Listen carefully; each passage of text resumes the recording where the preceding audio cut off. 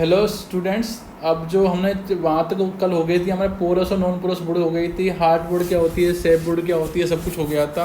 अब नेक्स्ट हम स्टडी करेंगे ये हार्डेस्ट वुड कौन सी होती है। ये एग्जांपल होता है ना, हार्डेस्ट वुड कौन सी होती है, सबसे टफ जो वुड होती है वो कैसी होती है हार्डेस्ट वुड। तो हार्डेस्ट वुड कैसी होती है, हार्ड वीक या बीन आटा।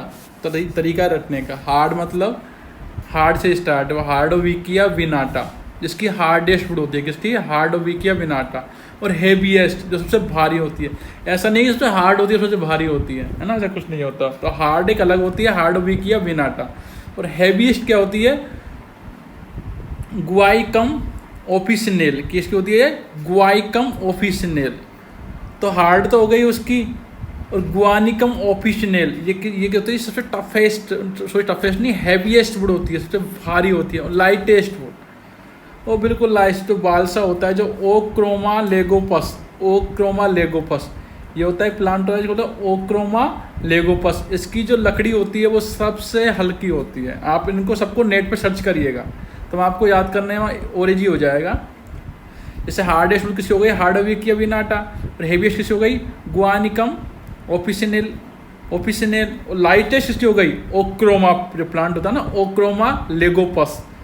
सबको नेट पे सर्च करना, देखना कैसे लगते हैं प्लांट। और हैवीएस्ट वुड ऑफ इंडिया, अगर इंडिया की हम हैवीएस्ट वुड की बात करेंगे वो होता है अकेशिया सुंदरा। किसकी, अकेशिया सुंदरा, ये हैवीएस्ट वुड होती है, मतलब इसका छोटा सा पार्ट होता है वुड का, वो काफ़ी भारी होता है। और मोस्ट ड्यूरेबल सॉफ्ट वुड और स्ट्रॉन्गेस्ट सॉफ्ट वुड, मतलब एक तो मोस्ट ड्यूरेबल वुड होती है और एक मोस्ट ड्यूरेबल हो और सॉफ्ट भी हो, वो होती है सिट्रस देवदारा। तो सिट्रस जो प्लांट होता है, देवदारा जो प्लांट होता है, उसकी वुड को क्यों यूज़ करते हैं ज़्यादा, क्योंकि एक तो वो ड्यूरेबिलिटी बहुत ज़्यादा होती है ना। और एक वो वुड होती है सॉफ्ट होती है ना, सॉफ्ट होती है, इसलिए उसको हम ईजिली उसको हम मतलब कि हम किसी भी कोई भी आकार उसको हम दे सकते हैं, है ना। इसलिए वो ज़्यादा यूज़ करते हैं सिट्रस देवदारा। और मोस्ट ड्यूरेबल वुड, जो सबसे ड्यूरेबल है, टिका हुआ है बिल्कुल एकदम, टेक्टोना ग्रैंडिस, इसको सागवान बोलते हैं, जो टीक बोलते हैं। सागवान, टेक्टोना ग्रैंडिस, वो जो टीक होती है उसकी वुड होती है ना, वो सबसे ड्यूरेबल होती है, सबसे ज़्यादा ड्यूरेबल होती है। इसलिए तो सागवान के जो प्लांट होते हैं उनको, जो सागवान लकड़ियाँ होती हैं उनको, उनके जो फर्नीचर होते हैं वो महंगे होते हैं, कॉस्टली होते हैं। ये एक तो मिलते बहुत कम है और बहुत ड्यूरेबल होती है, ड्यूरेबिलिटी बहुत ज़्यादा होती है सागवान के प्लांट की, है ना। ये हो गया, आप सब आप पढ़ लिए। सिट्रस देवदारा हो गया, टेक्टोना ग्रैंडिस हो गया, अकेशिया सुंदरा जो heaviest wood of the India, acacia senegal, acacia sundra. और मोस्ट ड्यूरेबल सॉफ्ट वुड किसकी होती है, सिट्रस देवदारा। और most durable would tectona grandis, है ना। ये इस तरीके से, ये देखो नॉन पोरस वुड क्या होती है, रिंग पोरस क्या होती है। रिंग तो बेसल्स हैं, रिंग के फॉर्म में है कि नहीं है, देखो यहाँ पे इसमें देखिए आप, देखो इसमें देखिए जो बेसल्स हैं वो रिंग के फॉर्म में है कि नहीं है ना। यहाँ पे बेसल्स रिंग के फॉर्म में, वेसल्स हैं वो रिंग के फॉर्म में है यहाँ पर, है ना, इस तरीके से वेसल्स हैं वो रिंग के फॉर्म में प्रेजेंट हैं। अब secondary growth in extrastelar region, पहले तो पढ़ा था कि हम जो एक तो दो तरीके की सेकेंडरी ग्रोथ होती है, एक तो जो स्टिलर पाई जाती है उनमें, और एक्स्ट्रा स्टिलर जो स्टिलर रीजन के बाहर जो पाए जाते हैं टिश्यू, उनमें किस तरह सेकेंडरी ग्रोथ होती है ना, ये पढ़ेंगे हम अभी। Secondary growth takes place in extrastelar region due to the activity of cork cambium. अब ध्यान रखना है, तो एक्स्ट्रा स्टिलर रीजन जो है, जो रंबी एरिया है उसके बाहर अगर सेकेंडरी ग्रोथ पाई जाएगी वो किस कारण होगी, कोर कैम्बियम। वहाँ पर पहुँची थी वेस्कुलर कैम्बियम, है ना, स्टिलर रीजन में। यहाँ कौन सी होगी, core cambium. The core cambium is also known as the phellogen and extra stellar cambium। तो जो स्टिलर कैम्बियम कौन सी थी, वेस्कुलर कैम्बियम थी, उसको स्टिलर कैम्बियम बोलते थे हम। और यहाँ पर जो एक्स्ट्रा स्टिलर टिश्यू है उसमें सेकेंड ग्रोथ पाई जाएगी, किसके द्वारा पाई जाएगी, वो कोर कैम्बियम के द्वारा। इसको हम फेलोजन भी बोलते हैं। तो कोई पूछते हैं फेलोजन क्या होता है, फेलोजन कुछ नहीं होता सिवाय कोर कैम्बियम के। The cells of the cork cambium are narrow, thin walled and nearly rectangular. The cork cambium develop usually in cortical region. अब सीधे कोर से कोर याद करना, तो कोर कैम्बियम कहाँ से डेवलप होगा, यूजुअली कोर्टिकल रीजन से। At the stem continue to increase in girth due to the activity of the vascular cambium. The outer cortical or epidermal layer gets broken. and need to be replaced to provide a new protective layer has sooner or later another meristem tissue called core cambium develop। अब भैया देखो second reason बन रहा है, stealer reason second reason पर formation बनता चला जा रहा है, सेकंड ग्रोथ होती चली जा रही है, तो बाहर की जो कोशिकाएं होती है, बाहर का जो लेयर होती है प्लांट की, वो तो डिसइंटीग्रेट होगी ना, वो वहाँ से झड़ती चली जाती है, वहाँ से वो हटती चली जाती है।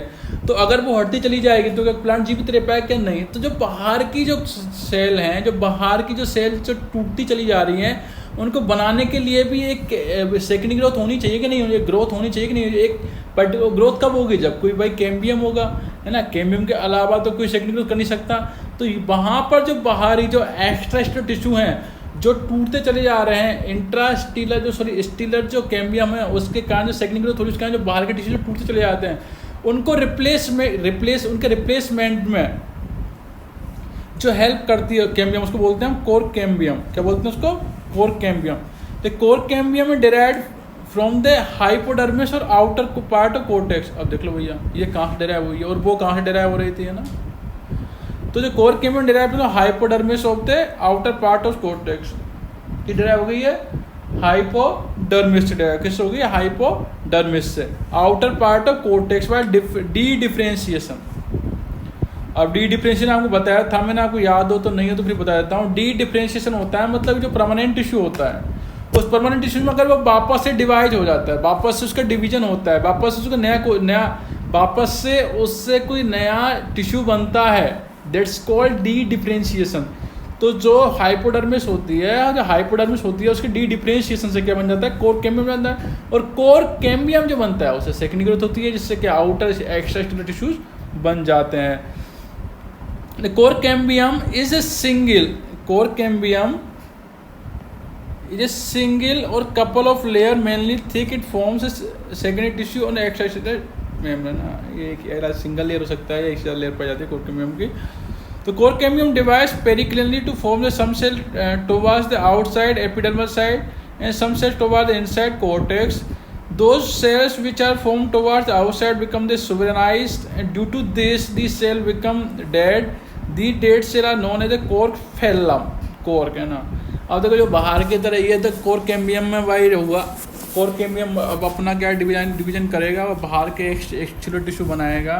तो जो बाहर बनाएगा, जो बाहर की साइड बनाएगा, वो बनाएगा एपिडर्मिस, और एपिडर्मिस बनेगा आउटसाइड में एपिडर्मिस बनाएगा। एपिडर्मिस में क्या होगा? उसका सुवेराइजेशन हो जाता है। सुवेरिन जो होता है उसमें भर जाता है। जैसे सुवेरिन भरा उसके अंदर, सुवेराइज जो सेल्स हुई, तो जैसे कोई तो सुवेराइज जो सेल हो जाती है वो किसी वजह डेड हो जाती है ना, वो कुछ की जगह डेड हो जाती हैं। और जो इसलिए ये जो पोर्शन है इसको क्या बोलते हैं हम? कॉर्क। क्या बोलते हैं इसको?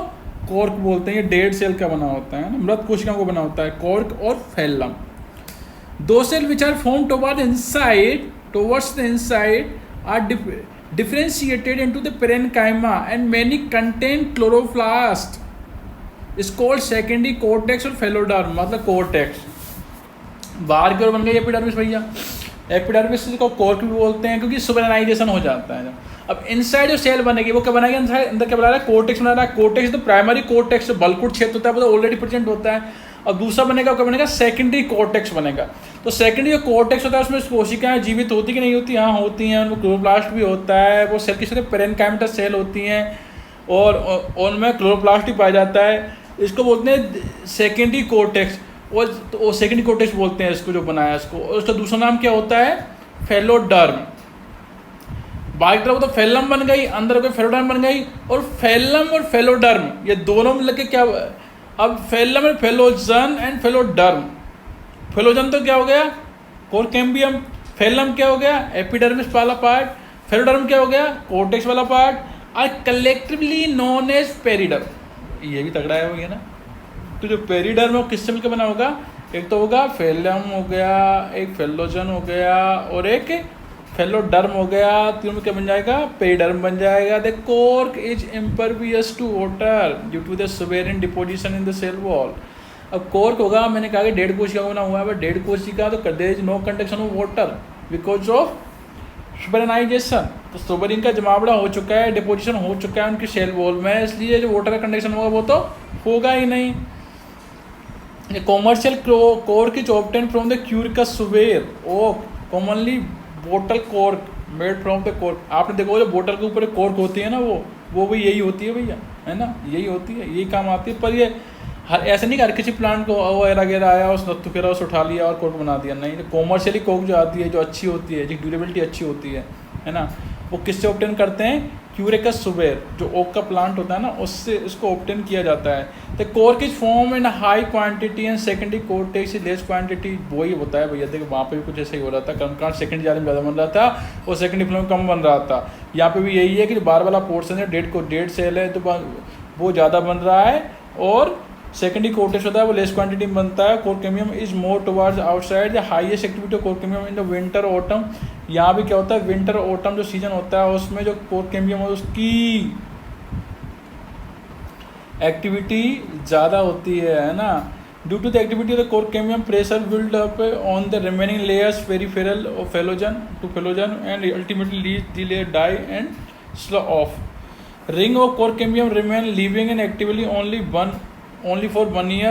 Each year a new core cambium is formed below the previous cambium. This cambium is derived from the secondary cortex of phloderm, है ना। phloderm में कहा था, phloderm से बनती है वो, जो जिसको हाइपोडर्मिस से बोल सकते हैं हम लोग। तो ये जो कोर कैम्बियम है, इसकी जो ड्यूरेबिलिटी होती है वो 1 साल की होती है, 1 साल तक जीवित रहती है, 1 साल के बाद में ये नष्ट हो जाती है। उसके बाद नई कोर कैम्बियम बन जाती है। और कोर कैम्बियम को पता है कहाँ से बनती है, ये सेकेंडरी कोर्टेक्स बन चुका है अभी। तो सेकेंडरी कोर्टेक्स या फिर हाइपोडर्म में जो है उससे इसका जो फेलोडर्म है, सेकेंडरी कोर्टेक्स और फेलोडर्म से जो नई कोर कैम्बियम उसका फॉर्मेशन हो जाता है। जो प्राइमरी जो कोर कैम्बियम बनी वो तो किससे बन गई, हाइपोडर्मिस से। देखो प्राइमरी किससे बनी, ये तो हाइपोडर्मिस से बन जाती है और आउटर कोर्टेक्स से बन जाती है। जो सेकेंडरी जो बनी, जो नेक्स्ट जो कोर कैम्बियम बनी वो किससे बन रही है, फिर सेकेंडरी कोर्टेक्स से।